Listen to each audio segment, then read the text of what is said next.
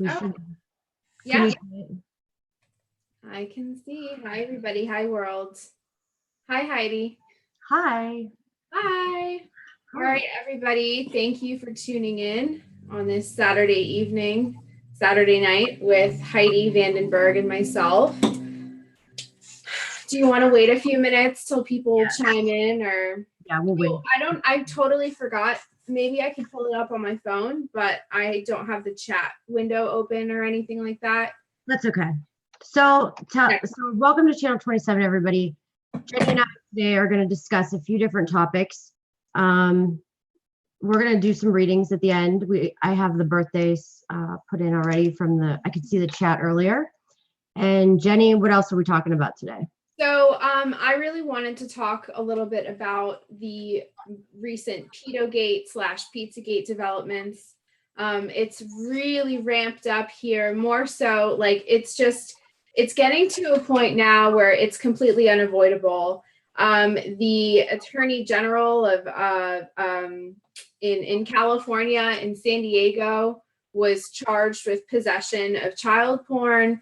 And as of this year, this is the highest level arrest made in terms of the pedophilia rings, the elite pedophilia rings, next to Anthony Weiner and a few other people. But this is really significant because this just shows how high up that it goes. And it also shows that things are being done about it. Can we attribute that to Trump's administration and to some kind of a shift in power? Well, I mean, one has to ask themselves, although I don't think that the answer is that simple, but one could ask themselves if whether or not they believe that we would be here if Hillary Clinton was our president. Would all of these arrests have been made in very recently on the timeline, we're talking the past 6 months or so, would these arrests have been being made if we had President Clinton in office? My answer to that is no, because the the Clintons and the Clinton Foundation and the Clinton campaign are being implicated in a lot of these scandals that are coming out. A lot of fingers point to Haiti, and that kind of brings us, the whole Haiti thing ties in pretty shockingly to the recent deaths of Chester Bennington and Chris Cornell. Both of these musicians, as the media would have you believe, died by suicide as a hanging.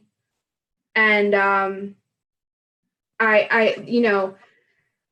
a personal level, both of those deaths were really hard for me. I never really cared much about celebrities passing. I never got attached to a celebrity. The only other celebrity I can think of that I had a real reaction to passing was Steve Irwin. And I don't know about you, but I've never fully recovered from Steve Irwin.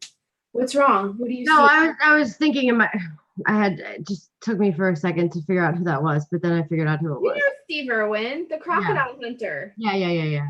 From Dan on. Yeah. Yes, I know who that is. Yeah.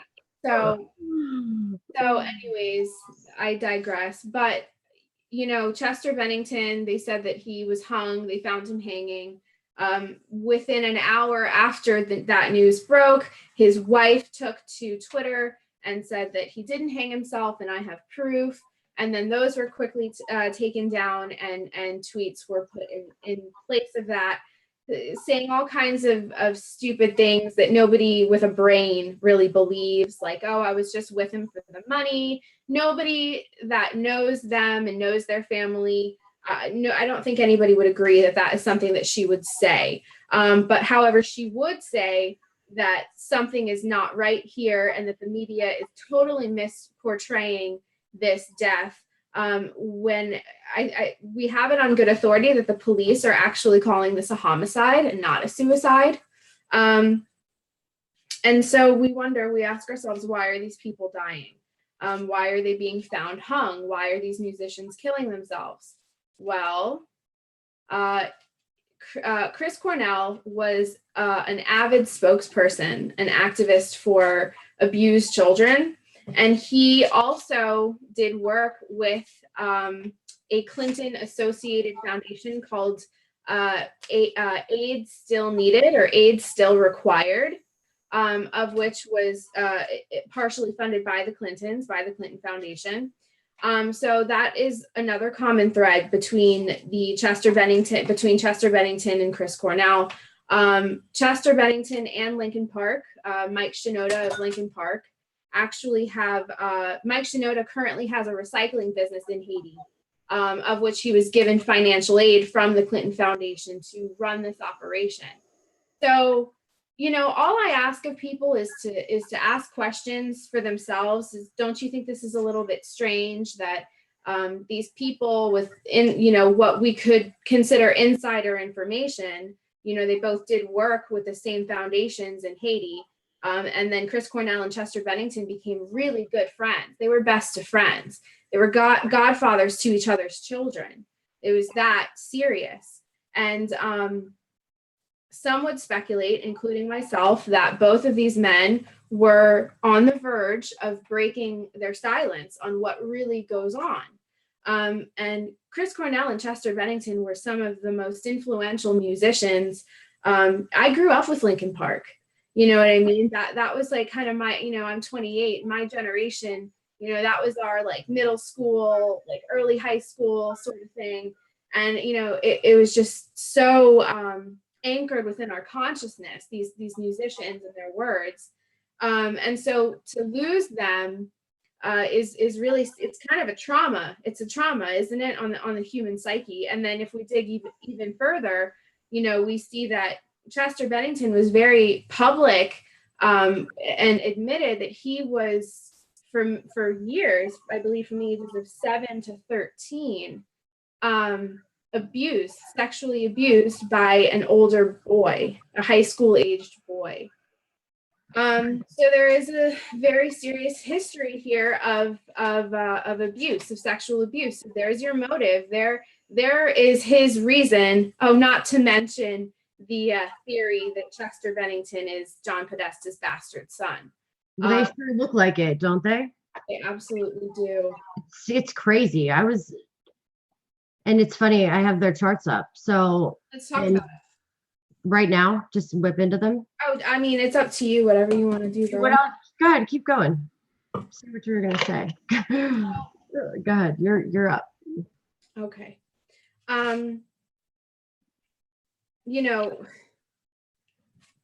There's this thing about these musicians kind of telling us what's going on without telling us what's going on.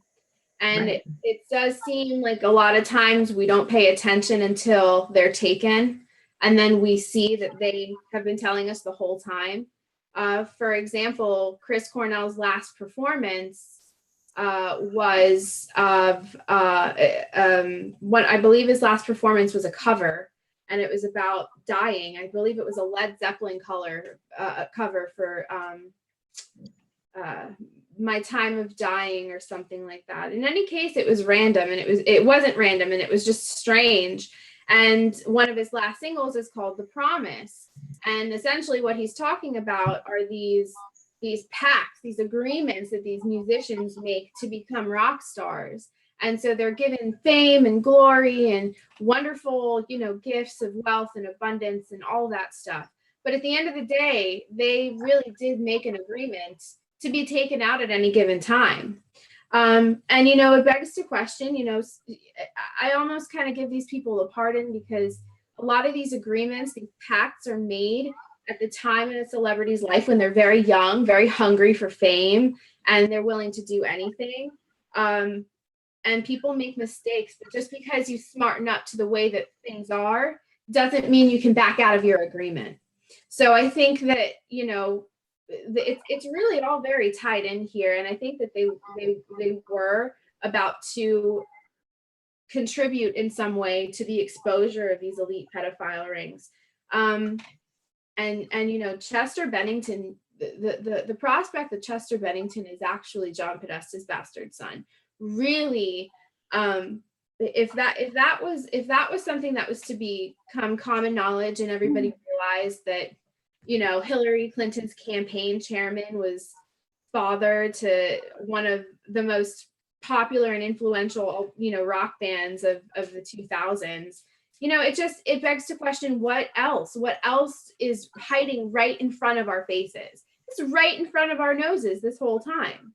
You never knew. I mean, I don't know. You don't strike me as a real Linkin Park fan at any point in your life, but I mean, maybe a little bit. Like I went through a phase, but no, I'm not I don't watch celebrities. I don't watch, any of those things. I used to like Bush, Gavin Rossdale. That was about it.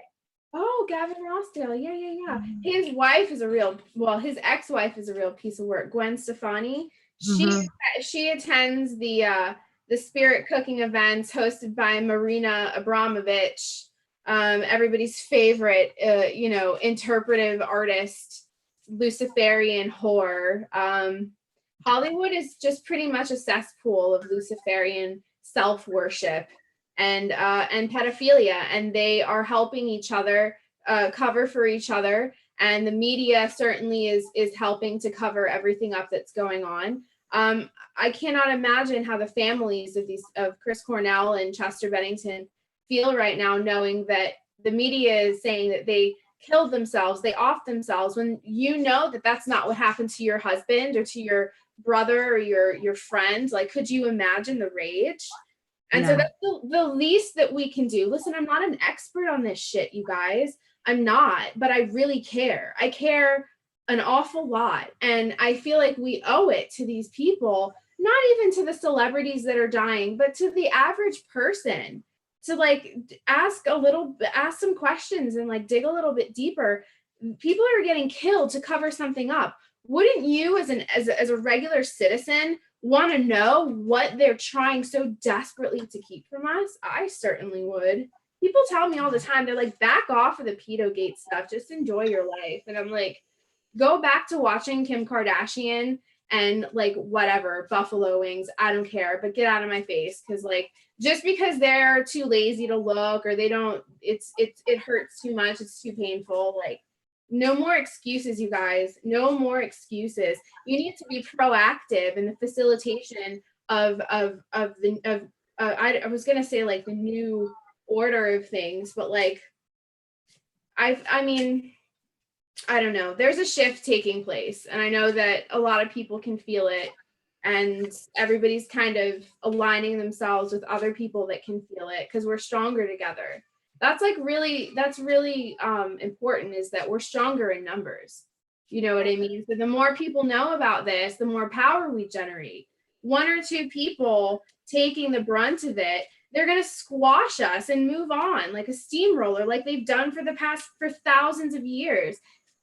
Elite pedophilia and the blood, the consumption of the flesh and the blood and the energy of the children is the best kept secret of the evil empire. They've been doing it since the beginning. This is nothing new. There's nothing new under the sun. What's new about this now is that we have people in a way that this is unprecedented. It has never been this close to being brought to the forefront of the human collective. We've never been this close before. So we have to push. We have to push. And if you don't push, don't talk to me. If you think that Pizzagate or Pedogate is a conspiracy, don't talk to me. You're dead to me. You're part of the problem. I'm so careful with who I give my time to, because so many people will still try to talk me out of it and be like, it's just a conspiracy. CNN said it's been debunked. Like, there's no hope for you if you're still like harping on every word that CNN says after everything. You're on the losing team. Yeah, it's pretty sick. I mean, I knew nothing about it until, I knew sex trafficking happened, right? Right. Been something that has bothered me, but to the extent that you showed me how much is, just the facts too. And it's not, the thing about it is, it's not, there's proof. So like out there, and, I know you don't want to watch it and I know you don't want to see it, but and some people just handle things better that way, I guess.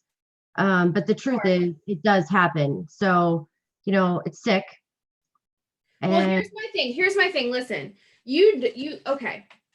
You don't have to be the one on the computer doing research or, banging down the door of your local police department, trying to get things done. You don't have to do that because people have bills to pay, families to take care of. You know, I'm busy too. And you know, I can't really do things in the capacity that I would like to because life beckons. You know what I mean? We all have priorities, but don't stand in the way of the people that have the drive, the time, and the means to do the research. So people that singularly target independent researchers and investigative journalists, the people that target them, we need to be protecting the people that are trying to get this information out.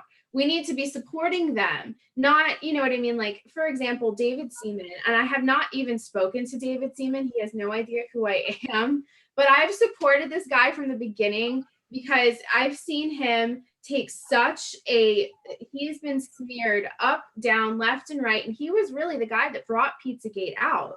You know what I mean? So people are being destroyed and killed for bringing this information out. Doesn't that just make you, the warrior inside of you, want to fight harder and have it be for something?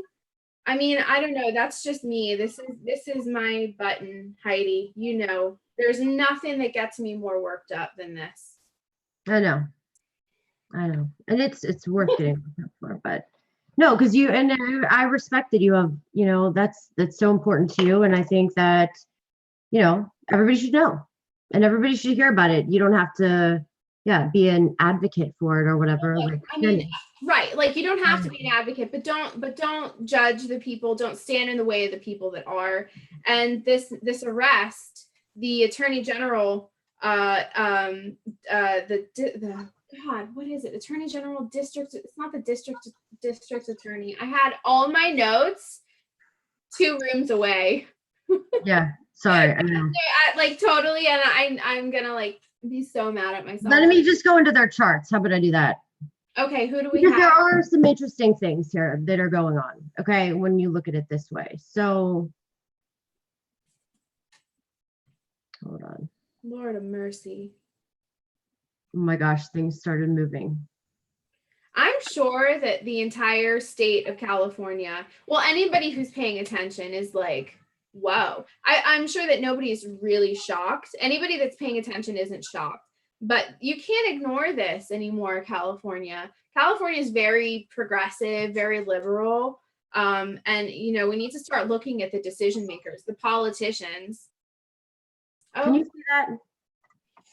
yes. Is it the full size as my screen? It is now. Okay. It is now. So there's a few things here that I found interesting. Once again, we don't have the times, but it looks like there might be the time for this mic. Okay, so, but who knows? I mean, I don't believe anybody's birthdays anymore after I saw some of the, you know, what we talked about. But so there's a few interesting things with all 3 of these people. They are all intertwined together. That's for sure. Okay. And so here is Mike, right?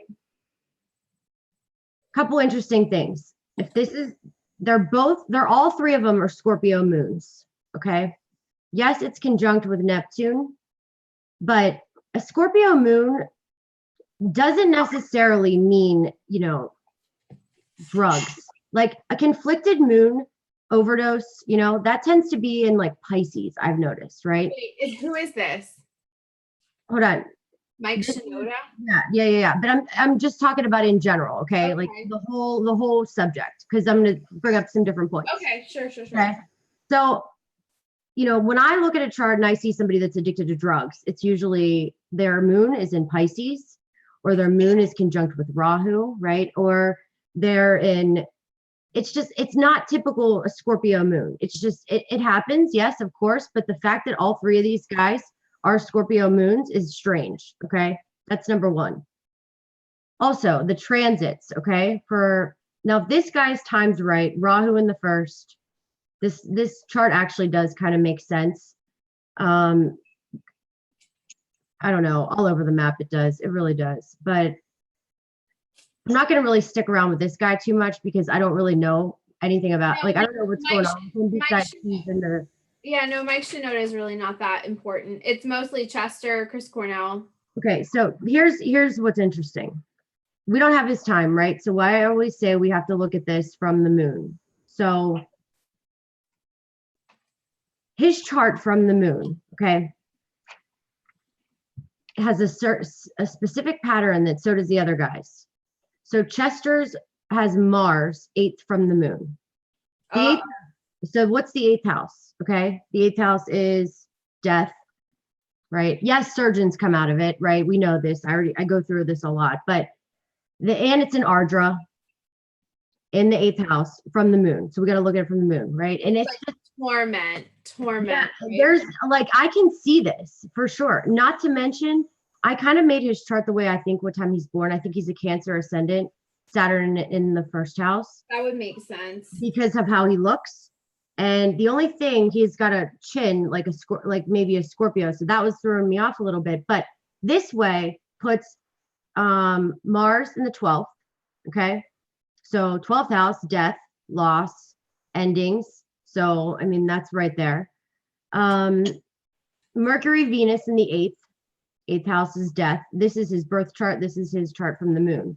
But what was really interesting to me is on the transits, he died on the 20th.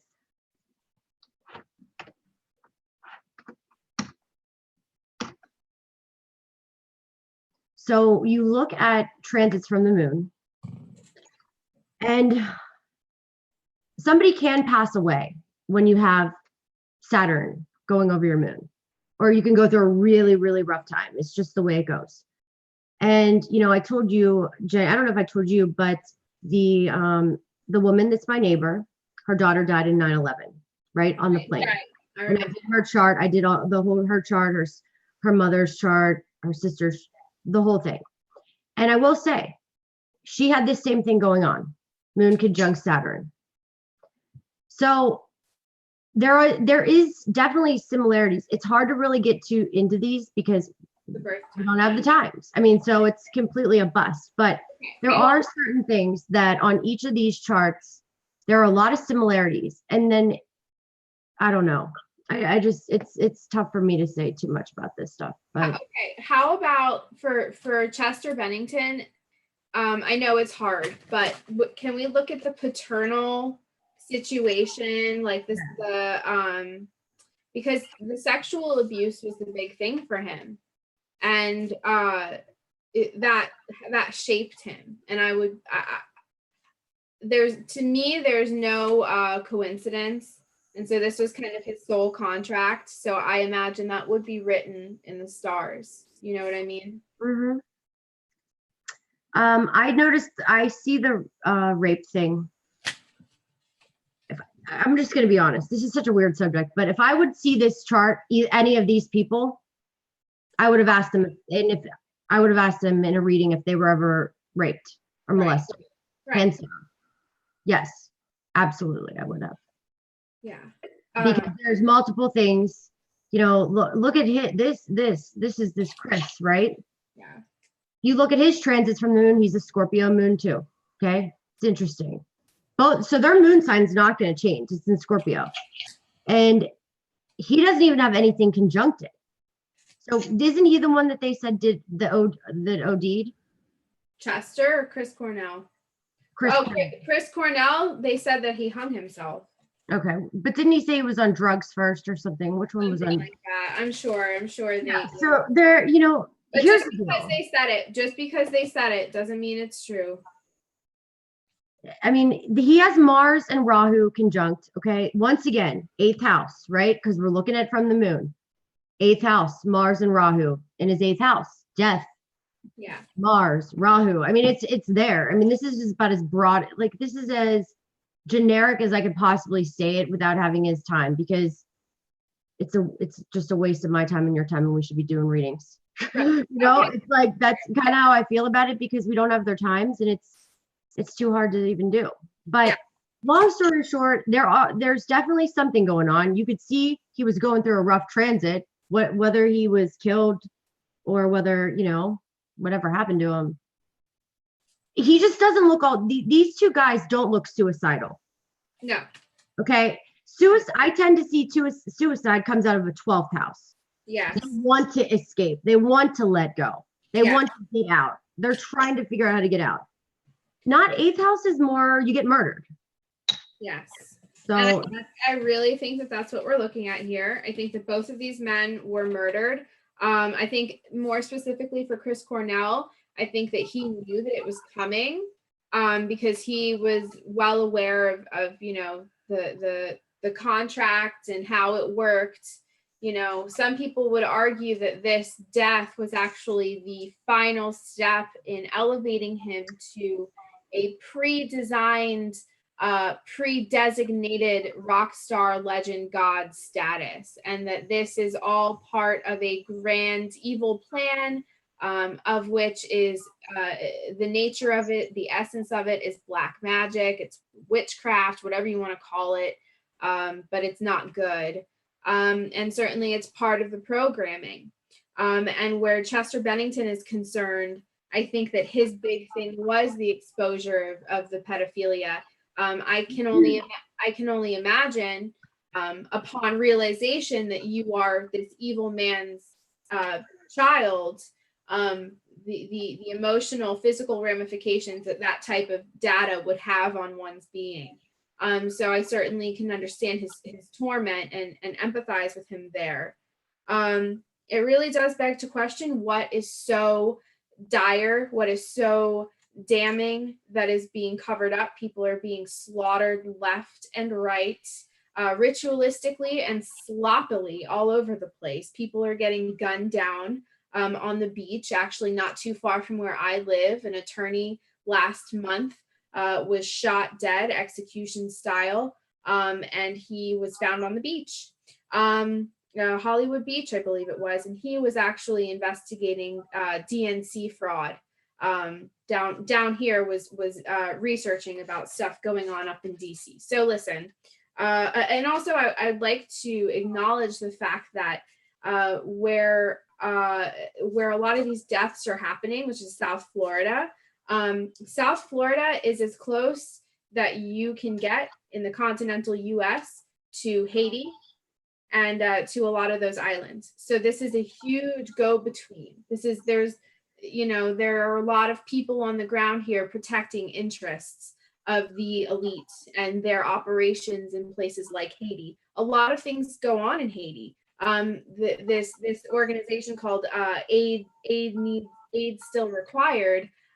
They're like, well, don't forget about us. We still need all this money to take care of these people that have been affected by these natural disasters.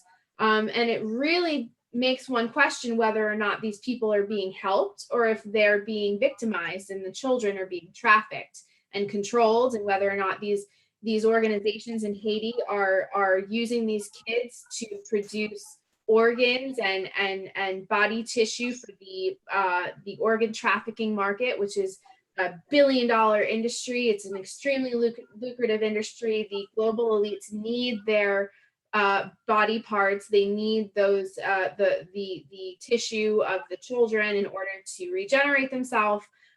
This is really dark stuff. I talk about it all the time. People think I'm crazy. Maybe I am crazy, but all I know is that it is the most evil thing going on this planet, and therefore what we need to be looking directly at. If all of the evil agendas are directed right at children, everything from the diet to the vaccines.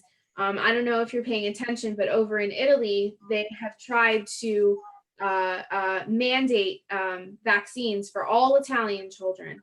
And, the people are rioting in the streets. The people are taking it directly to the politicians. They're, right to their faces and confronting them.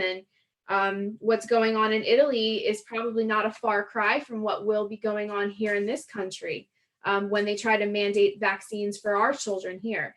And I ask my fellow citizen, I ask my fellow American what he or she is willing to do.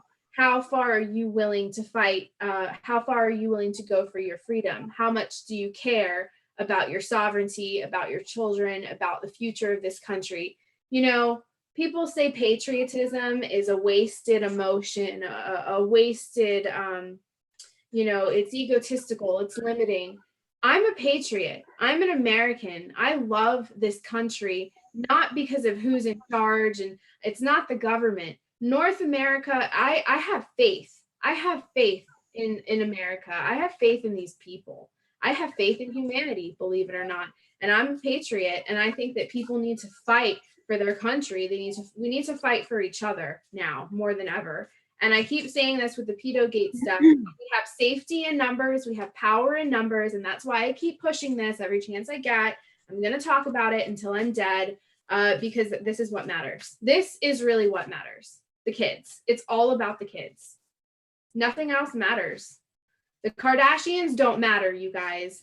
The movies don't matter. None of it matters. Football doesn't matter. It's, none of it, it's all a lie. It's all a show. It's all a show to deflect from the fact that we live in a prison planet. They have monopolies on absolutely everything: the food, the water, the air, our children, our minds. And people need to wake up. You need to hurry up and wake up and get right with what's going on, because before you know it, the NWO is going to be at the front door and you're going to be compliant with it because you haven't been paying attention. And I don't mean to rant and this always happens. I always end up ranting. That's okay. You know how it is, Heidi. It is. It's fine. I like when you rant. Yeah, so before we get into the readings, I would say let's I have to take a second then. Hold on one sec. Let me get rid of that real quick. Okay, so couple things. What did we want to discuss? Sorry, guys, I've had a long day. It's Saturday. We're a little...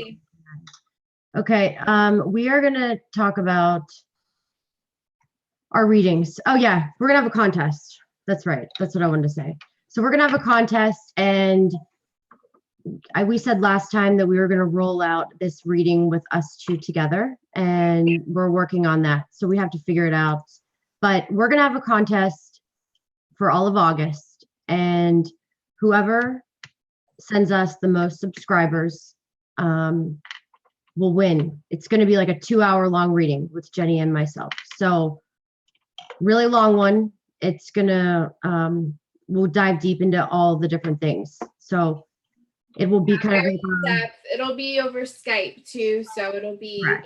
Very interactive. Heidi does the astrology part, and I'll do the tarot and the vision work. And we always are really successful with these tandem readings, more so than we thought. We didn't even plan for this. It just happened. Correct. So I think I'm good to do. Okay. You good? Yeah. Get off all these people. Way too many things going on here. And just so everybody knows, like, I'm not usually into like this intense, and I don't, this is just a really intense topic, and I think that we're going to see a lot more. It's just going to intensify and intensify until the top blows off and everybody's like, oh yeah, our country is this world is run by interdimensional child molesters. Yeah. That's true. Hey, Jones, can you hear me? Give me a job. I would totally work for InfoWars, and I think that I would be fabulous. I would bring some real reality to the show. I think we would butt heads though. You and Alex? Oh yeah. Yeah.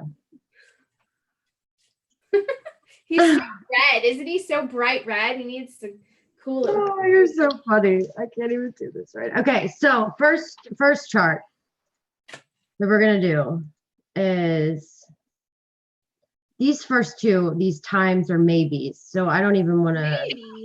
Yeah, but we'll save those for last. Okay, this is 783. This person is let's see, a Libra ascendant with Saturn in the first house. So this person is very all about balance, wants balance really bad, all about balance, justice. Libra's the scale. And just do a little recap.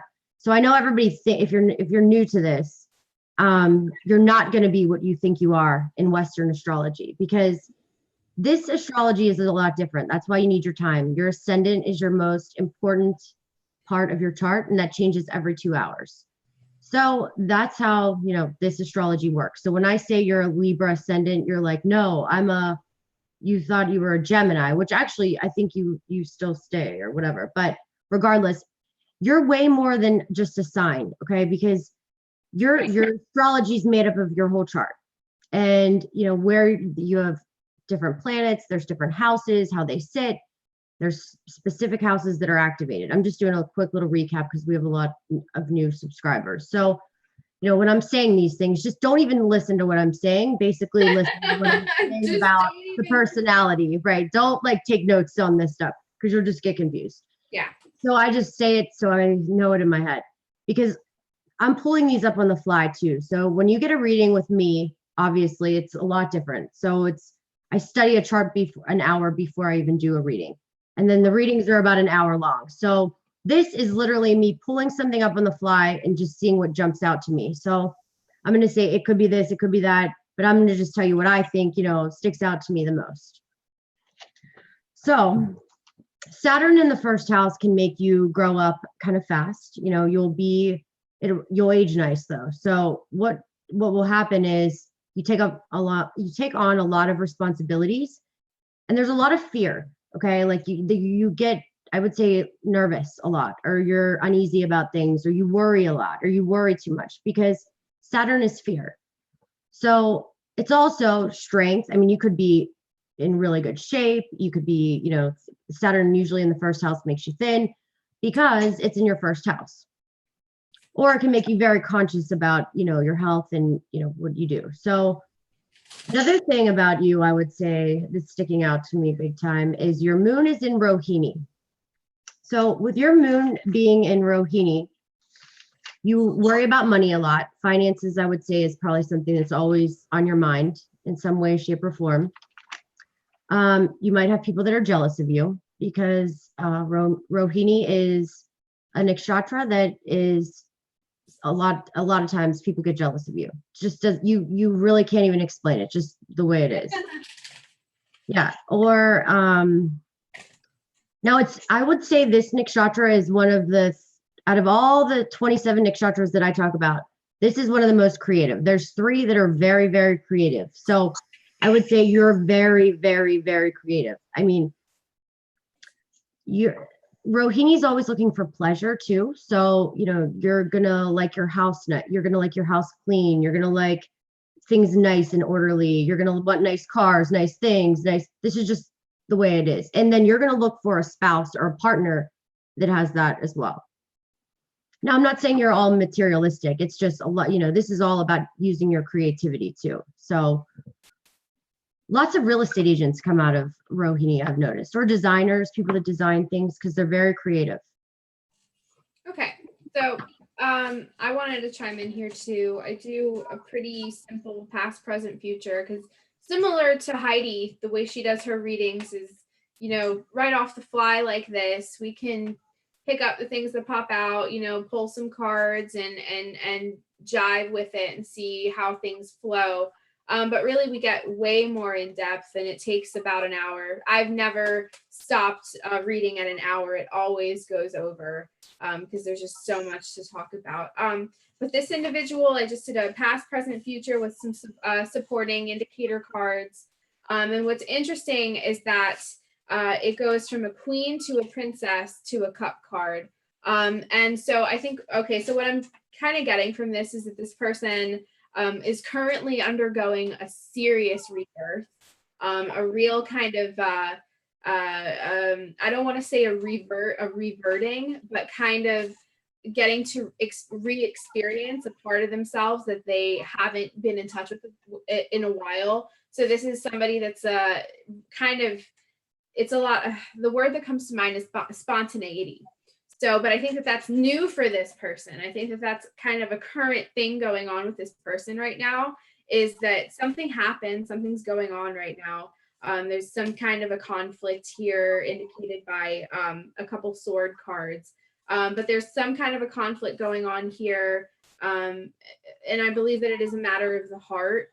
It is something, it's a close relationship going on right now, and it's kind of forcing this person to like channel an inner, and I don't really like the word recklessness, but channel an inner bravery, an inner fire that they haven't seen or used or been in touch with for quite a while. This person's extremely grounded, I feel, as indicated by the Ace of Discs in the past, which is all about like a long-term, kind of like steady ground. Somebody who had a very earthy person. So it's earth and fire is what's going on here, is a lot of the earthy, fiery elements. And then when we look at the future, and again, this isn't about predicting futures, that's not what we do.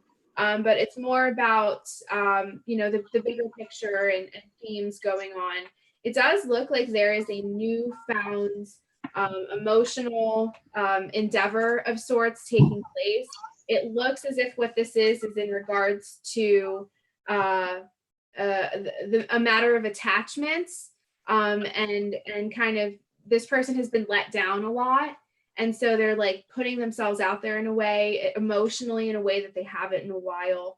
And again, I think that goes right back to how this person is having to channel an inner fire, an inner spontaneity that they haven't in a while. And it looks as if that's because they were pushed there, not because they really wanted to, but because they've been pushed to look at something, to be kind of like a younger version of who they are right now. So I would love to go in depth with this person. Another thing I'm going to say about this person, there is a lot of heavy energy here. Something traumatic happened, I would say. Yeah. And it could have to do with siblings, and maybe the father, maybe you have 4 planets conjunct in the 9th house in Ardra. So that's tough. There's a lot of things going on, a lot of Ardra, and like that, and that's necessarily things that are happening with maybe teachers or with higher education, long distance traveling. But this totally could be, you're like a computer engineer, but I would say there definitely is 2 different indicators with siblings I could see. And maybe you're an only child, and then it was something else. But this is why a chart needs to be analyzed, because when you have a lot of energy like this, I didn't even want to go there, but you need to know that, I would say, because you're so late degrees of a Libra, you're almost a Scorpio. And then we've had a rough few years, to say the least. So lots of change, lots of, lots of complete transformation, I would say. So much. There's a lot of feminine energy here too. There's a lot of feminine energy here. And you probably like shiny things. Yeah. Things that bling. Okay, next. Okay, you want to move on? All right. Okay, this one is, so let's try to get through some, we'll try to get through more today. How many do we have? Just so I know, just so I can I don't know. Prepare myself. Okay, this one is 9/4/1970, 2045. Okay. This is an air. I sleep for like 12 hours after one of these gauntlets. I know this throws us on the hot seat. That we do. Okay, this is 9/4/1970. This person has Saturn in the 1st house as well. Same thing I just said. I'm not going to go through the whole thing. Just watch what I just said about the other person. Okay. But grow up fast. You take on a lot of responsibility. Things come in delays for you too. So, I mean, it's when you have Saturn in the 1st house, there's a lot of restrictions, but you could be very disciplined. It just depends on how it's sitting. This is in the nakshatra of a Sweeney. A Sweeney is all about, you might like equestrian horses. Maybe you like to gamble. Maybe you like to race cars. You like to drive fast, but then you have Saturn there, like practical and logical, that you probably don't race cars. So it's kind of, yes or no, go fast or not. But Saturn's in the nakshatra of Kritika. So Kritika is, you are very blunt. You are brutally dry sense of humor, I would say. And you can be kind of cutthroat sometimes. These people tend to be, you would make a phenomenal real estate agent. phenomenal in the mortgage business or anything to do with finance because you're so cutthroat. But I mean, anything, I mean, you do have a really creative side too, but you're intense. So I can see like music, I can see talents all over the place, but you're very intense. And maybe possibly something with something is definitely going on with this person right now. Something very severe is going on with this person right now. This person feels, listen, oh, I'm gonna throw up. This always happens. not again. It doesn't always happen. It's just like once we get to like 2. Well, I'm just kidding, you guys. I'm totally fine.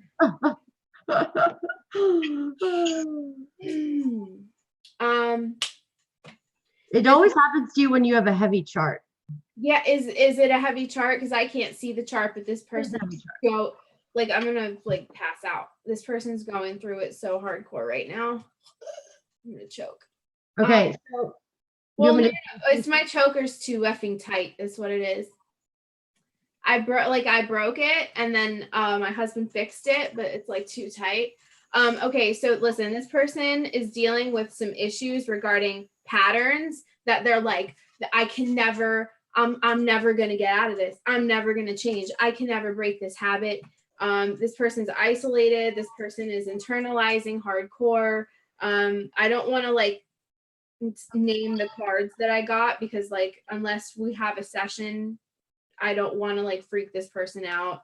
It's not horrible, okay? Nothing, you're not going to die in a car accident tomorrow. It doesn't freaking work like that. But this person is dealing with feelings of extreme self-inflicted, negative self-talk. They're beating themselves up for something. They feel isolated. They're aggressive. They're beating themselves up. There's something here with addiction too. There's addiction. There's vices. There's short-term gratification, long-term suffering. And I think that that's part of the reason why this person wanted their chart to be read is because they're going through it. Yeah, you're going through an 8th house, big transformation. Okay, Saturn in the 8th house. The past 2 years has been complete change, complete transformation. And then I would say, in addition to that, and transformation could deal with finances, but it also could have to do with inheritances. You could have had to deal with some deaths. It's a lot of, and I'm saying it might not be, but transformation. I would also. I'm not like, right. I'm not saying that it's all doom and gloom. Yeah. But I'm getting this person's feelings. Like I can almost see this person just like looking at themselves in the mirror and they're just so upset with themselves and their like realities of their behaviors have created the same result over and over. And I just see this person as beating themselves up probably more than they deserve. Most of the time we're our own worst critics. And yeah, you are. This guy for sure is. He's tough on himself. He's tough on everybody. Yeah, extremely. And really that's what it is. And I don't see this person as being cruel or evil or anything like that. If anything, to the rest of the world, it's kind of like, oh, he's the guy to have fun with. He or she, I believe it's a he. This is the guy that you have fun with. But behind, I almost see that the shadow self is there's so much built up negative self beliefs about, that this person just tells them, I feel like they tell themselves that they're never going to change. And this is what's happening right now. This isn't 2 years ago and this isn't 2 weeks in the future. This person could just be having a really bad night right now because I specifically asked to be shown what this person is going through right now. Okay, so I want to be very clear about that. This person is not a negative person all the time. It's just I believe this person's having a lot of struggles right now. Yeah, and I would also say, Lord mercy, I just dropped all my cards. You did? Yeah. I'm good. But I would say also, like, you're definitely disciplined. You definitely can get through anything. You are a soldier. You'll get through it. It's just, there can be just hurdles. Okay. But I like to say, when you have Saturn in the 1st house, it's once you figure it out, you're on top of the world, because you can climb the ladders, you can achieve anything, because Saturn in the first house gives you the strength and the discipline to do it. You know, it really does. So next person is where we're going to go to. This is 7682 1328. Okay. So this person is a Virgo ascendant. So analytical, practical, critical, intense. Virgos are perfectionists completely. And they want things a certain way. They're listers. They just want things done a certain way. And Mars and Saturn in the first house also is going to give you, and it's in the nakshatra of Hasta. Hasta is all about working with your hands and, you know, using your hands, whether you do Reiki, whether you do, or you build things, carpentry, you know, you're just good with your hands. It could be anything. You could even be a good writer. This is anybody that has planets in Hasta, especially in the ascendant. Sometimes, you know, you're really into the health. You could be into very organic stuff and you want to eat right, eat the right things, you know, things like that. But when you have Mars and Saturn in the first house, that's like oil and fire, right? Oil and water. It's not like the most graceful thing, because Mars wants to go, go, go. And it's in Virgo. Mars doesn't really like to be in Virgo. So it seemed like it would. Mars and no, Virgo. Mars doesn't like to be in Virgo at all. It's Mercury. You know, that's how I look at it. But I've seen people that are very powerful. Like, you could have been a professional boxer with this Mars and Saturn in the first house, you know, in this planet. But, you know, you're a hard worker. I'd say you're very disciplined, and there may be some disconnect from your mother. And if there's not, then every once in a while you can have just maybe a void feeling of happiness, and you just don't even know why. Like, it's very hard for you to understand exactly like what you really want, or why should, you know, you're like, why can't this make me happier? Why can't this? Could be purpose, it could be home, it could be, you know, you might like to move a lot, you might get antsy, you know, just, it's in the fourth house, Moon, K2 together. It's definitely can, and if it's not you emotionally, it's probably has to do with something with your mother. But if it, you know, I don't know that to just say that off the top of my head. That would have to take, you'd have to look around a little more. You'd also make one great investigator, for sure. You probably like water too. And you are one other thing I'll say is you are one hell of a salesperson. You could sell anything. Like, anything you want to sell, you're going to be phenomenal at it. Anything. And you should. And you need to be out. You need to have your own business. You need to be like, you need to not work for anybody ever, because there will just be problems. Okay. So with this person, I get the impression that this individual is currently undergoing some kind of a new partnership. Whether it looks and feels like it's more of an intimate relationship, such as a friendship or a romantic partnership, as opposed to like a business partnership where it's strictly business. I feel like, okay, so this person, it almost, okay, so the internet, I don't know if you mentioned the internet, but this person's really good at communication, fast, to the point, really good speaker. And there's a lot of twos here, indicating, you know, like a fusing, a balance, ideas coming together, mentalities coming together. I feel like this person is starting and finishing something all in what, like, this person's going through something of a culmination right now. It's almost like a snapshot, like this opportunity has arisen. There's definitely another person involved that is really, really very inspirational to this person. They really appreciate this person in their lives. It does feel like love, but that's not to say that it's like, you know, a boyfriend, girlfriend, husband, wife thing. It could be the kind of love that you have for a friend that, you know, comes into your life and changes everything. Could be purely platonic, but it does feel like a matchup, like two, like worlds coming together and integrating, and then lots of really good work coming forward from it. I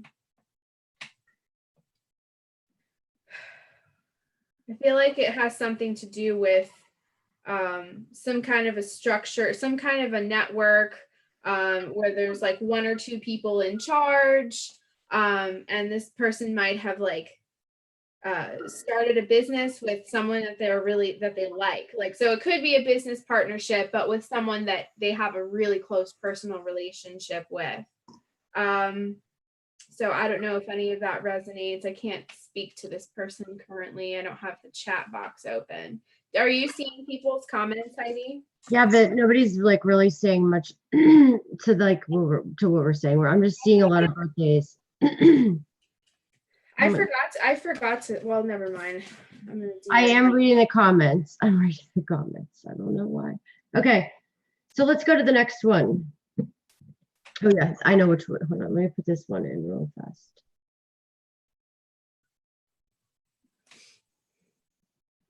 Shoot. 20. Oh. Oh my. How you doing? Are you okay, Heidi? I'm just fabulous. Yeah. Another thing we need to, what else do we have to say? I feel like we had another thing we wanted to say and announce. Oh, you know how that goes. We'll Yeah. probably get off here and then be like, oh my God. Yeah, right. Okay. No, the only thing I'll say is to win that contest, make sure you get to subscribe. They write, referred by so-and-so, and then I'll just see who has the most names under their name. Heidi, I can't with you. Oh God. Okay, so this. We're really trying, guys. Like, we're really, really trying. It's Saturday night. Instead of being like out with our friends and like partying, we're here doing this, doing readings, talking about things that matter, like elite pedophile rings, and bringing you awesome information. That's right. Right. Okay, so this person is 11/19/81. Okay. Okay, and I know this time's wrong. So How that's do you know my, that the time's wrong, Heidi? because I just can tell. So I can tell by Guys, it's so funny because this sort of thing does happen when she's just done so many charts that she's like, there's no way that somebody was born at 9:30. There's no way. Like, you're lying. well, here I just know, like I put 2 and 2 together, okay, and said there's no way this is right. But I think you are Scorpio ascendant and Sun in the first house, which is and then Mercury, Jupiter. Are you Scorpio ascendant? Yes. Okay. But I think he is too. And I would say because Moon and Mars and Leo, that's military. Just because I actually figured out who this person was, on my own. I would say definitely there could be maybe some power struggles with the mother, possibly could have happened, but maybe not. When you have Moon and Mars together, I would say when you're pissed, you're like pretty pissed off. I wouldn't want to mess with you. Pretty pissed off. Yeah. You're also probably really good at writing contracts, and you're also good at mediating things. So you might do something with, does that make sense? The exact, I don't know, mediating contracts, mediating parties, very good at that. You're good at setting people up with, like you would say, you could be a matchmaker. So matchmaker, in whatever profession you want to say, I mean, you're good at setting things up. Let me just change this to make you a Scorpio, because I know that's wrong. I just know that's right. Heidi, you're so intuitive. I know. I just remember the birthday. And then I remember the time, and it was a maybe. It could be between this or this, and that doesn't work. That doesn't work. And Heidi has explained to us in depth why the time is so sensitive the change takes place, I think it's every 2 hours, and it's quite a fundamental change, if I understand correctly. Yeah, and you're on the, like, you're still late degrees. You're going to feel a lot of Sagittarius too. So there is probably a very artistic side to you, maybe somewhere, shape, or form. Very artistic side, for sure. Definitely, there's going to be a lot of travel, foreign lands, foreign countries, foreign things will be in your life. Mercury and Jupiter and the Sun in the first house. You're a leader. You need to be a leader, because I would say you're not gonna, that can be one of your things, is you could be stubborn and you need to be in control. Okay. So if you're not in control, you're not liking it. And now you're a great friend, I would say, but you're, definitely, you have that other side to you. And you can be a little rebellious. And I would say I have this same thing. So somebody tells you not to do something, you're going to do it. Like, especially when you're growing up, you're really going to be that way. You're going to do things completely like out of the box, out of the ordinary. You're just going to have your own way of doing things. And yeah. And then I would say you've gone through a lot of transformation and change as well in the past 4 years. Could have moves, career changes, career things. I mean, I've had 3 different career changes in the past 2 years. So you could have too, if you're a Scorpio as well. So, and Moon in Leo, but you have this really, really creative side to you. I would say that's just, just you're very good. Maybe even with electronics. I know it's probably not even the right term, but technology. That's what I meant. I love it. No, because I say the same shit. I'm like, you're really, because like there are indicators to show when somebody has a really good propensity for, analytical, they're really good at analyzing things like data intel. Yes, that's what I'm just trying to say. Yeah. I knew that's what you were trying to say. But it is funny because those things are indicated like through the cards and the charts, and also you can like feel those things. But I lost what I was going to say. It got taken right out of my brain. Okay. So next person. Wait, I haven't even pulled cards. Oh, sorry. I'm sorry. No, it's fine. It's fine. I'm just going to do. I thought you dropped your cards. I got them. No, I can't just like leave them on the ground. No, but I was going to say like the computer thing, like if somebody's really good at it, I'm like, you're really good at the computer stuff. And they're like, people are so way ahead of the curve, and they use these terms, and I'm like, the computer, the screen, the internet, the interwebs, like, it's just really funny. I'm going to be left behind. Okay. So I really like this. Okay. So this person, has got a really strong sense of the family unit, a really strong sense of loyalty, here as, depicted by the Chariot, which is my favorite because this is all about the willpower and the unit and the team and goal-oriented person for sure. It looks as if this person has definitely dealt with their share of disappointments, particularly in relationships. And it looks like they've enjoyed periods of time where things were really, really nice and enjoyable, but those things seem to end pretty quickly. This person has an awful lot of strength. Like a mental strength, a mental fortitude.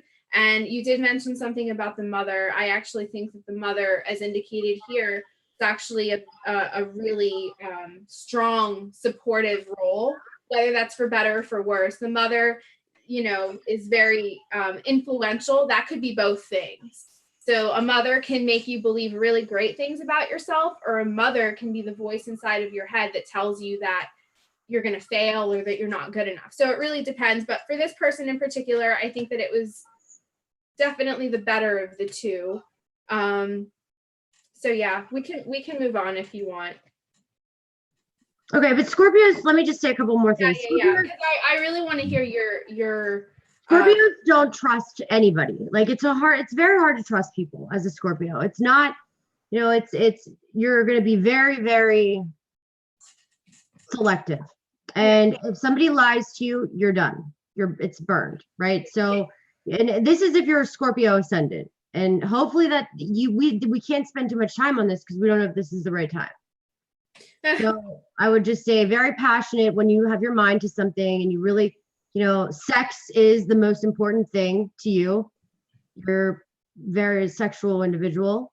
Is that Scorpio? Yeah, Scorpios are by far the most sexual signs of the zodiac for sure. And that's how they solve all their problems, right? I mean, that's just how it works. So anybody that like this next one, and I love doing Scorpio charts, obviously, because I'm Scorpio ascendant. So this person is a double Scorpio. So it's like when you have sex too, it's different because it's like Kundalini stuff, right? So you're connecting on other levels. To anybody that has Scorpio in their chart, I would say that,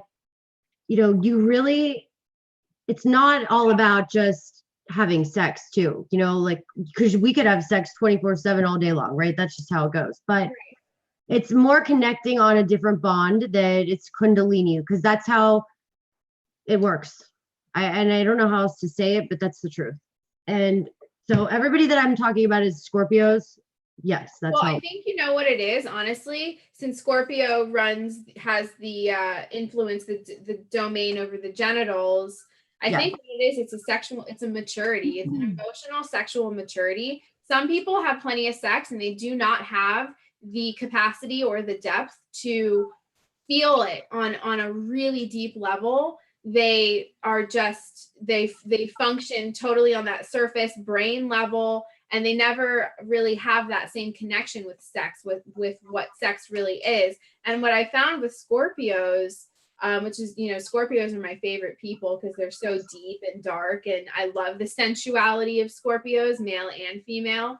But it's an emotional sexual maturity that allows them to completely feel a sexual experience on a really deep level. And I'm not speaking from experience, you guys. I'm just, because I'm not a Scorpio, I'm a Pisces, but oh boy. Yeah. I mean, that's seriously, unfortunately, the truth of the matter is everything with a Scorpio, whether you're a Scorpio moon, whether you're a Scorpio, if Scorpio is your 8th house. So an Aries ascendant, perfect example, Scorpio is their 8th house. So if there's planets in that 8th house, yes, it's going to be, very intense with sex. And Kenneth, I see what you're saying, but no, I can tell you that Scorpios can lie if they have a conflicted chart. Okay. Oh, yeah.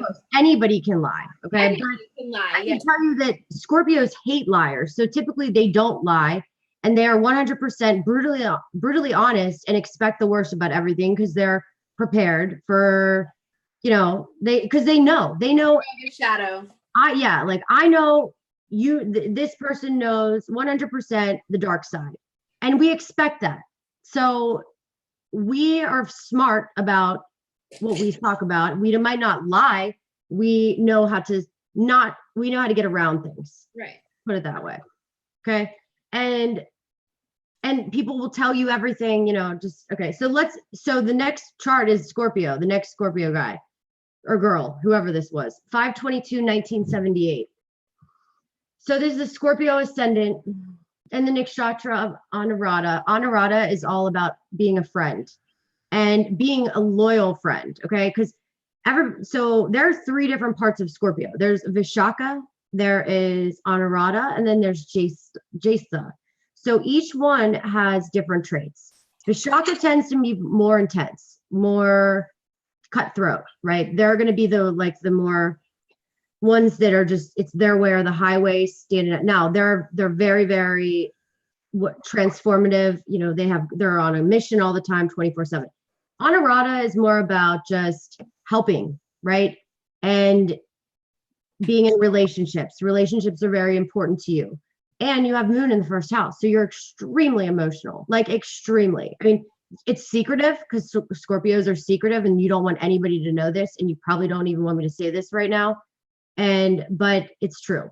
And you're deep, like you're very deep. And wow. What else?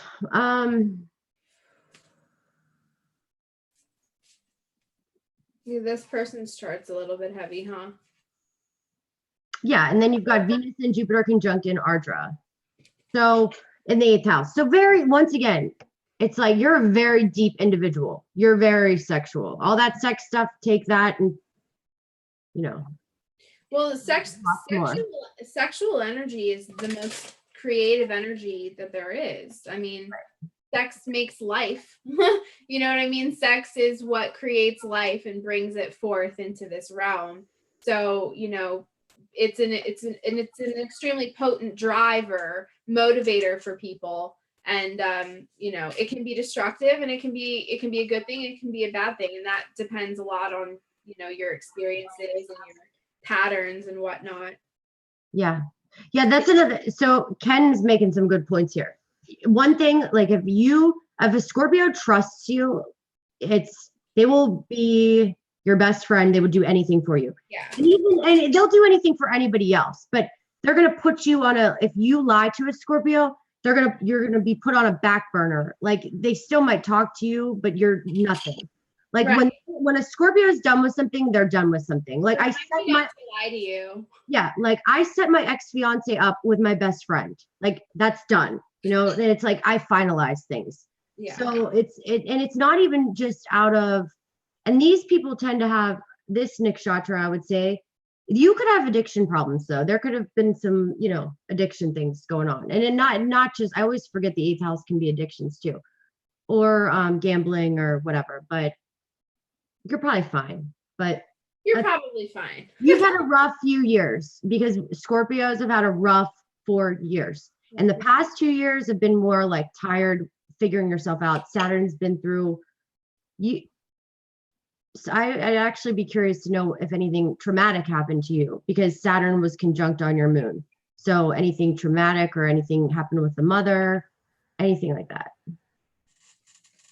Yeah, for sure. Oh, yikes. Sorry. What happened? Nothing. So this person's also going through some stuff right now. There's a whole lot of scarring, emotional scarring that I feel has definitely stemmed from sexual encounters. Maybe they were really there's definitely abandonment here. There's abandonment. This person has like issues with the past. Like there's like the theme of like walking away, and there's a lot of unmet expectations, a lot of disappointment. And then I think that this is kind of manifesting itself in a way where this person is now being a little bit reckless with their sexuality. I don't say that lightly, but it does feel as if this person is medicating in a way with the sexuality. So this may be a really attractive person or somebody who is actually able to kind of, you know, get all this attention, this sexual attention, and have all these people that, you know, oh, you're so great and you're so great. So this is a very magnetic person. Person has a real magnetism. People like this person. People are probably sexually attracted to this person, which makes it easy for them. There's also an issue with there's some tension in a relationship right now with like a 3-sided relationship. There's something going on. There's a little bit of stagnation too, but I think that this ties into the past. There's a lot of emotional scarring, but it's very specifically sexual. So if you hadn't told me that this person is a Scorpio, I'm not saying that I would guess that this person is a Scorpio, but there's a lot of watery sexual energy here. It's really, really deep. And I think that this person is even still now dealing with the effects of some past abandonment issues with not feeling worthy, not feeling loved. And this person may be acting out sexually or has acted out and is now dealing with the fallout of some bad decisions regarding emotional, like too much emotional output, too many, like giving your emotions to too many people sort of thing. Yeah. That's another thing with you having all this moon in the 1st house. you get hurt a lot. I mean, Yeah. because you'll be burned with relationships. And what the worst thing to do is to burn us, right? I mean, you want a revenge, and it's not intentional. It's just, your initial thing to do. It's like, because when you trust somebody and they screw you over, it could have been that. Or maybe it's like past scars from when you were younger. So it you does just feel like can't get over. I think there's some abandonment stuff going on here. Yes. But there's too many, like that's too deep for this right now, Yeah. Okay. We're gonna do 2 more. Okay.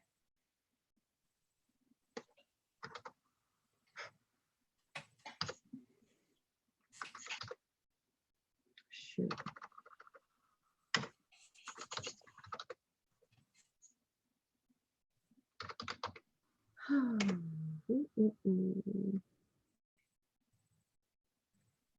Jenny, say something. Oh, sorry. No, go ahead, just talk. Okay. One thing I forgot to mention was that Roger Stone, who is one of Trump's longtime friends and confidants, was set to testify in front of the House Intelligence Panel regarding the Russian collusion.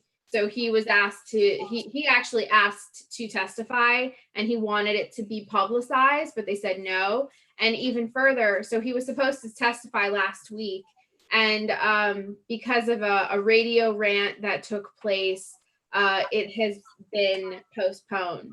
So we won't get to hear what Roger Stone says.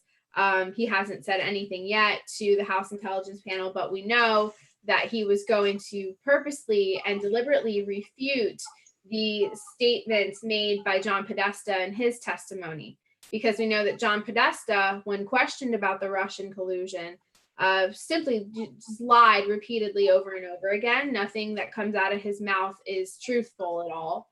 And so Roger Stone was happy to spearhead, a narrative against him, and rightfully so, because he's a liar. So I wanted to mention that. But so it got postponed, and we'll see what happens with that. Hopefully Roger Stone can manage to stay alive until that day. They've already made several attempts on his life. So someone doesn't want him to speak. Yeah.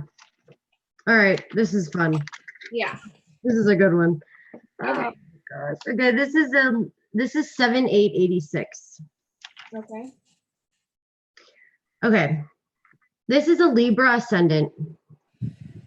And a Libra that is extremely independent and extremely your biggest problem in life will be relationships. Okay. So you have K2 in the first house. You're going to be 100% different than anybody else.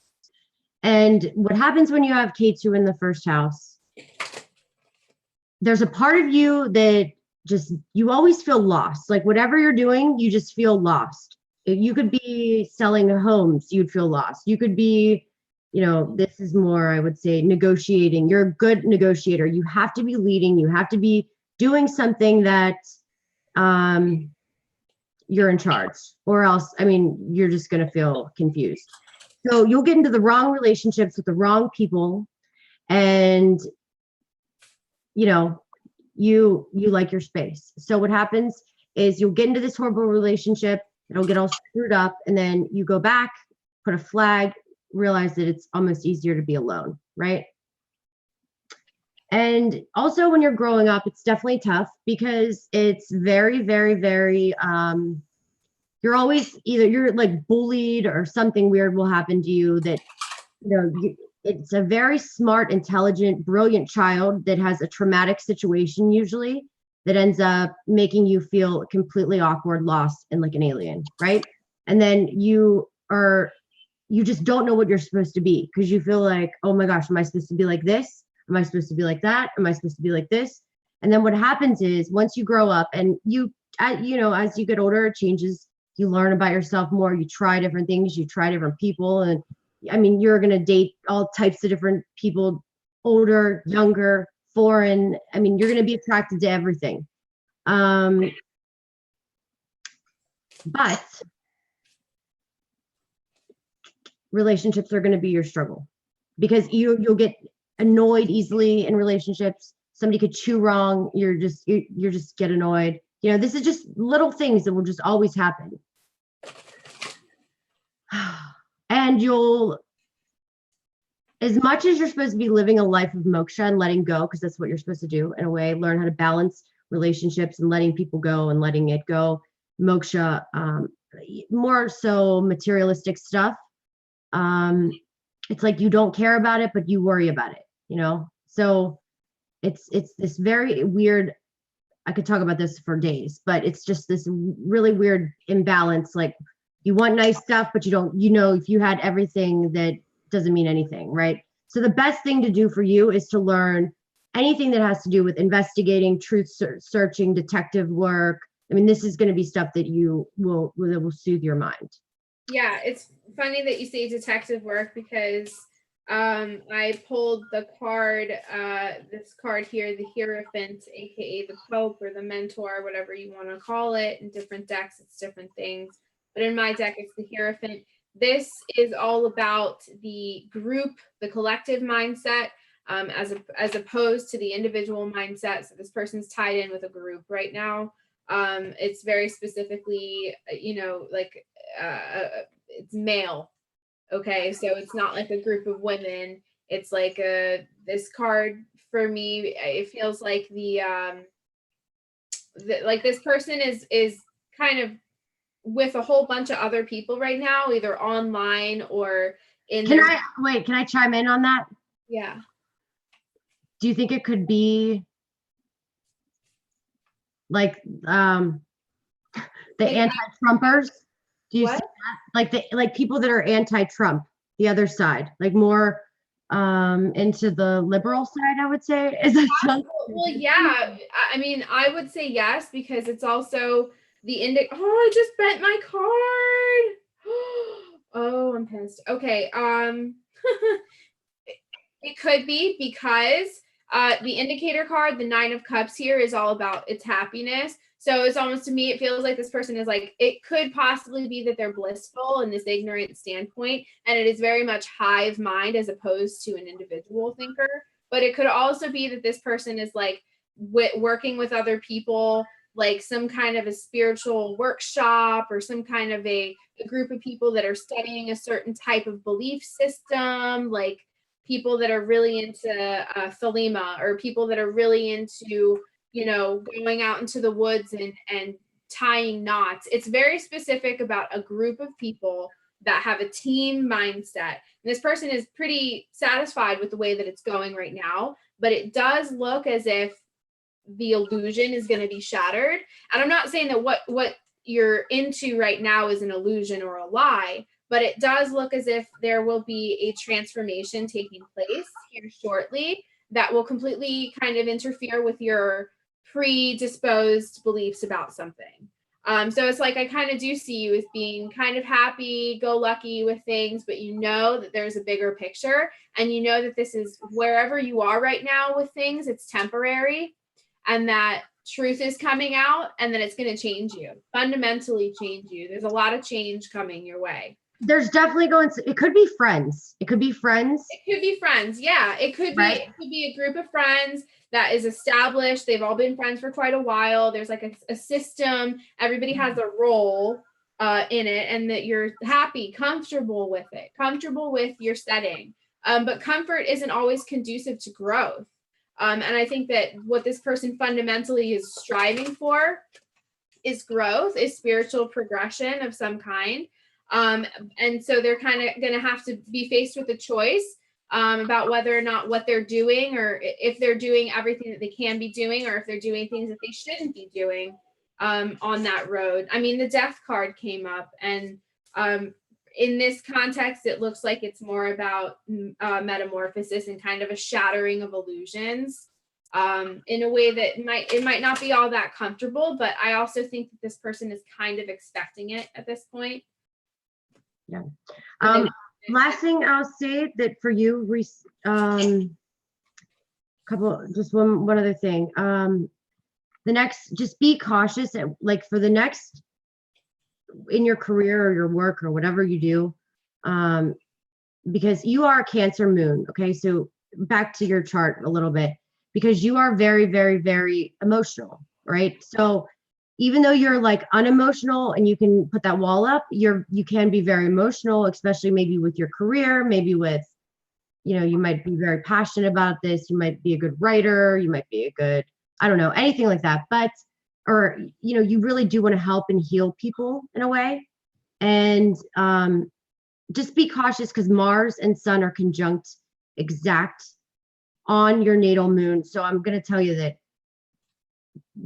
for the next couple months, like the next month, you're just going to get really annoyed at work. Okay. There's definitely some blockages coming this person's way, roadblocks and obstacles. And I do feel that it is of intellectual nature. It's more about, like work related stuff. It's not so much emotional and home life as it is like mundane crap. And I just feel like things are going to become complicated. Well, it's really hitting you because it's your moon, and when your moon is in getting smashed with Sun and Mars and a nice soft Cancer moon with Mercury, like on your logic and your thinking is just getting, it could be powerful, I'll say. So right now, definitely it could be powerful, good things, but you just gotta, just relax a bit because you just want to just watch what you say. Because this is the type of things that, I say things and I'm like, oh shit, why did I even say that? But yeah, like doing this, right? I don't even listen to them because, I just don't even want to know what I say. But right, me too. I'm like, oh God. Right. Forget that I said that. Can we do the last one? Yep, last one. Okay. Sorry, you guys. We need to do like, I swear we should do like 4 or 5 tops because yes, it's funny. I'm not like you, Heidi. What we're doing also is pretty different. I know that you guys all know the difference between tarot and astrology. I know that they're extremely tied in. They mirror each other in a lot of ways. Heidi's the endurance. She's the endurance master.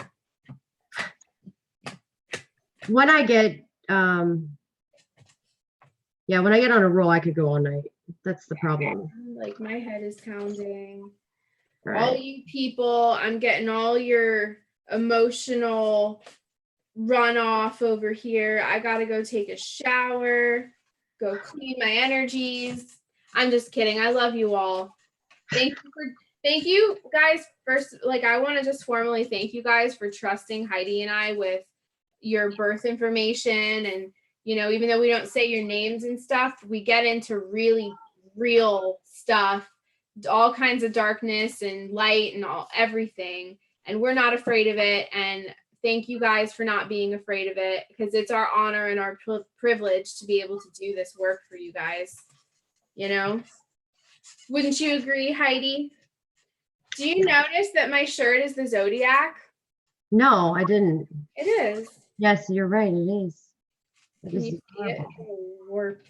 Hey, did those brushes didn't come in? They didn't come in. I've been watching. So listen, I emailed the woman and sorry guys, you have to listen to this real quick. So I emailed the woman and she said she did not, the email was cut off and I sent a text message and called.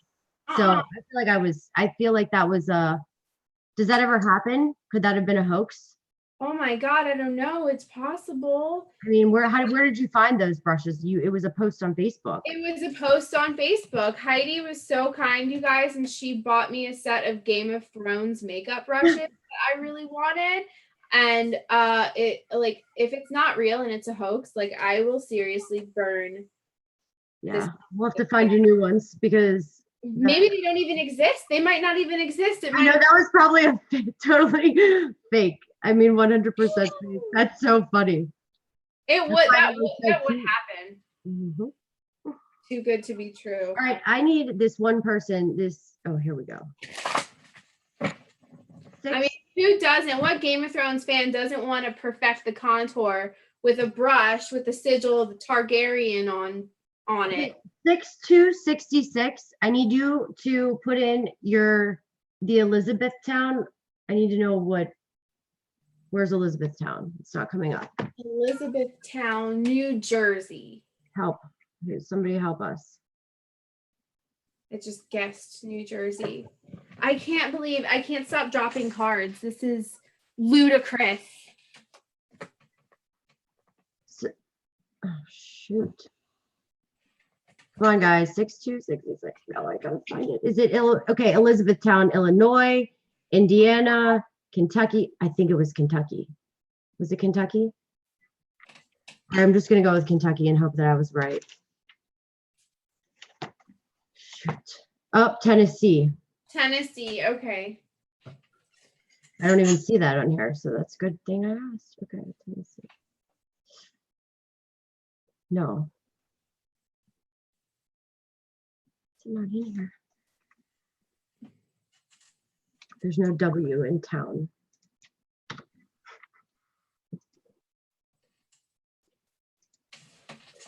Thank you guys for bearing with our silences. Recharging. Okay. Whew. Is it heavy one? There's some heavy stuff, yeah. Okay. What's the date? Can you tell me? Yeah, this is 6266. And you know, my friend Rich, he's 6666, and he's like the nicest guy in the world. Can you imagine all those sixes? Okay, so this person is, the way they act is completely 100% different than how they feel. Okay, so, and I will say, oh wow, you changed into a Scorpio. Okay, you are a Capricorn ascendant, and Capricorns are hard workers, and this is your birth chart. So just because you've kind of, you know, we gotta go and how when I do readings, there's different charts. There's charts within charts, but okay, so you're a Capricorn ascendant, hard worker, hustler, very practical, very grounded, just want to work, just all about the law and the righteous thing. And, you know, that's how Capricorns act. They don't want anybody to think that they are doing, you know, anything that's wrong. Okay. Mm-hmm. And you're a really good listener, and you're really good at, there's something with the ears, something, you know, could be with the ears, listening, counseling. You'd make a phenomenal counselor for many reasons, but yeah, so that's how you act. Capricorns could literally go to work every day and their whole lives could be falling apart, and they would not even be acting like it. And then another thing I'll say, that your moon, though, and this is how you think, is conjunct with K2. So I said this earlier with somebody else. Well, I'm going to just tell you this. This is exactly what Donald Trump has. So it'd be interesting to know if you like him, because it's funny. So you think exactly how Donald Trump thinks in a way. So I guess we should talk. No, right? We should talk, because but it's in Scorpio. So this is how I think you think. I'm going to just tell you how. Scorpios are very, very, like I said, I'm not going on the Scorpio rant again, but, you know, very passionate, very good intentions, right? It's conjunct with K2. So K2's giving it a little, you know, your feelings, a normal Scorpio feelings, it's easier to get over things. But there can be some depression times. There can be some things that happen. There could have been something with a mother, or a void of a mother. Even if you're close with your mom, there's a void of a motherly feeling, right? So, but your moon's in Jesta, so maybe you took on an elder role. You probably have long middle fingers, possibly. Definitely you're like to be in control.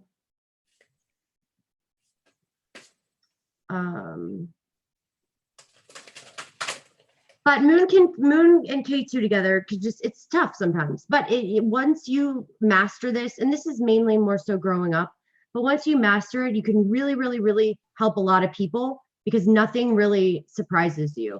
And you don't really get, like, you really know the deep, dark stuff. Yeah, I was gonna say this person. Very intuitive. Very. Yeah. And I think that this person has gained a whole lot of intuitive ability. Dare I say they've even gained psychic ability through trauma, through what looks like a very trying, emotionally trying childhood that served to, in many ways, trigger some real powerful intuitive abilities.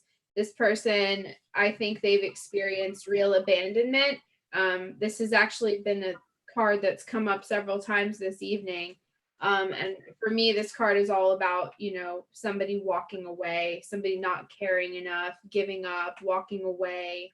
And so I think that translate here in the position to indicate the past, translate to abandonment issues, and issues with maybe even like not finishing things that you started, kind of giving up, losing steam, getting really passionate about something and then giving up. And that is also, that's an issue of worthiness. That's, not so much about that you have no talent or that you can't see things through because you're not good at it. But there is kind of an emotional, kind of an issue with worthiness here, definitely going on. But it does look as if this person is moving into a time of emotional reciprocation. The Lover's card is here indicated in the future position. And this isn't necessarily marriage and relationships. Sometimes this is about the love that we have for ourselves. And so it looks like this person's kind of going through a period of time where they're in touch with their sensitivity, with their intuition, and they're motivated by a kind of a spiritual journey. This person feels like they've got some real psychic faculties here. Yeah, another couple of things I'm going to just say about you real quick is possibly something with siblings. There could have been some issues with siblings. Yeah. Definitely you might like equestrian stuff, or, you might help women or help, I don't know, something like this. But you have this music's like standing out to me very much. So music, creative stuff, because you've got Sun, Mars, Mercury, and Rahu all together. That's powerful. Now it's also completely can, take another turn too. And I'm sure it has here and there in your life. It's never easy. This is not an easy chart. You've dealt with a lot of stuff. Yeah. And maybe some stuff with children. So, and I say that because it's the 5th house, I'm just, you could have had issues there could have been something with children. So I'm not going to get too deep into it because this is where astrology gets deep. Okay. And Jenny, if you want to go, I'm going to do one more because this person put their name in, but you can hang up if you want. Seriously. I'll Okay, I just have to do one more. Because this person kept putting it in and No, you're right. I feel bad. All right, this is 4-2. And it's the same year. I feel like why not do it? Because watch how much this is going to change. Ready? 4-2, 1966.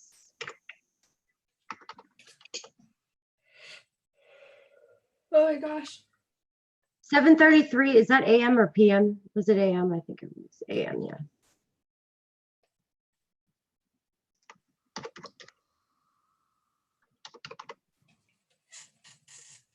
And the last ones we did, I pre-put them in and not a lot of people made comments. So I don't think a lot of people even know that I did their chart. So just so you know, we did readings and I picked birthdays. I went through like some of the messages that were sent to me. Okay. This person is a Taurus ascendant. And so very into pleasure, food, that, you want all the nice stuff. You want to eat good. It's all about feeling good, eating good, the whole 9 yards, having money, having status. Okay. So when I was talking about, you're my opposite sign. So you and I have like the exact opposite things happening in our lives. Your issue is relationships too. Okay, so you being a Taurus ascendant and having Rahu in your first house, this type of problem is different than my type of problem. In a way, your type of problem is you're supposed to find out who you are. So you get very, very, very like you're very and I'm not saying this in a bad way because you're supposed to be doing this. You're supposed to be here to find out what you're like. You're going to always search for your life purpose, right? And being the best and being like, on top and focusing on yourself and your goals and your desires and but what happens is anybody that's in a relationship with you, and you could be married, you could have had a couple marriages because anytime you have the nodes, Rahu, Ketu, first, seventh house access, you always will have a couple marriages probably. So or you might have never wanted to get married. You were like, I'm never getting married. So it could have been that way. And your Rahu is in Kritika. Oh my gosh, this is so funny because this is very similar. We probably known each other in a past life, I think. So Rahu in Kritika is very cutthroat, very you speak, you're a harsh speaker. Like when something's on your mind, you're gonna just like sprawl it out. But it's also the protector, and you're also being protective of yourself and protective of your life. So people might, and maybe others as well. So when people might find you as being, intense, mean, rude, critical, because critical, it's about the knife. You might, it's about cutting through fast and getting through the details. But you would make a phenomenal like financial analyst or anything like that. People just could find you just rude, and you're really just doing it because you're looking out for them, thinking you know the best, but people might think you're mean, or being rude. Best way to put it. Also, I'll say your moon is in Maga, very creative. In the fourth house, maybe you do real estate, something with real estate finances, something with homes. Yeah, I was just gonna say it does look as if this person had an issue in the past with the home, like as if there was a dissolution of assets. So when you mentioned a divorce or something like that, like as if they had this status, they had an established either a business, a brick and mortar building, a house, a company, something like that, and then it almost feels as if things kind of fell apart. And it looks like right now this person is motivated, deeply motivated, but in a transition period. They're moving through change right now, as a result, as what looks like a direct result of things that have kind of fallen apart in the not so distant past. And so this person is kind of like charging forward right now, very fiery. I think that there are also kids involved. And I will say another thing about you, with your moon being in MAGA, Make America Great Again, yes, because I'm reading some of these comments as they're coming through. That's very, when you walk into a room, you're on a throne. It's like this good past life karma. So, I mean, you definitely have to be, something prominent, doing something. I mean, because in you, it's not even an egotistical thing in a way, the way you think, you might act that way, but the way you think is more, you're just very, very, very creative and very, you might really, if you looked at your ancestry roots, I always say this to anybody that has like their moon in MAGA, it's, if you look at your ancestry or your history or your bloodlines, root line, whatever you call it, I'm saying bloodlines, I don't know what right? But you will, I guarantee you will find some sort of famous or prominent family, right, in your bloodline. Also, you can leave the body, right, with dreams and be very interested in like astro travel and stuff. But very creative, but it's in the fourth house with homes, homeland, anything the fourth house is. So, I would say you maybe like real estate or something like that. Yeah, relationships, and I would say you are very good at, you like music. You really could be into, this could be like a musician for sure. I think so too. Definitely so. really into the finer things in life. Right. like really comforts and pleasure and stuff like that. Yeah. Yeah. Yeah. All right. And I'm going to say that's about it. Thank you, everybody. I need a shower. Speaking of relationships, one more thing to you. Definitely the past 2 years, maybe there were some transitions with relationships. So Jenny, what Jenny said, I'm confirming that. Yeah. And then something happened from January. So if something loosened up in January, something might have came back that went to rehash this. So you might be dealing with it right now. So it's going to be kind of irritating. So something back from the past in the relationships or, business, whatever, it could be business partnerships, whatever. But, and it's probably not fun. I could tell you that. It's probably not like the best thing. Maybe it has something to do with work, career, finance, like just all over the place. But could have been, I mean, I don't know. I'm not going to go too deep here with that because I could have said something. But it's just, there's some mix-ups in relationships. We'll leave it at that.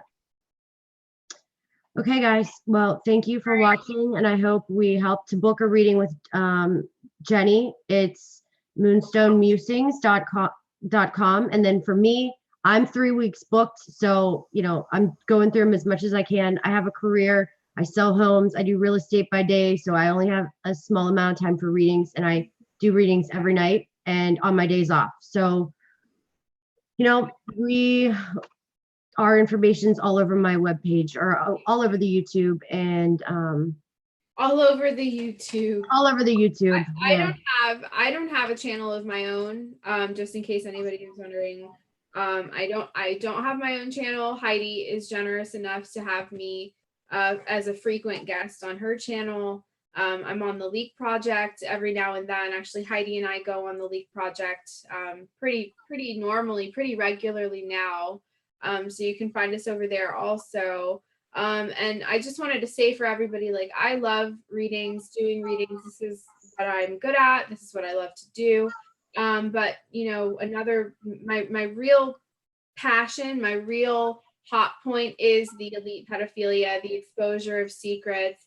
And so I do plan on doing more of that and showing my face more and running my mouth more. So if you don't like what I've had to say in the past, you're really not going to like what I have to say in the future. So stick around, y'all, because I'm not going anywhere. Oh, Jenny. And on that note, bye, everybody. Bye, Heidi. Bye. See you guys next time.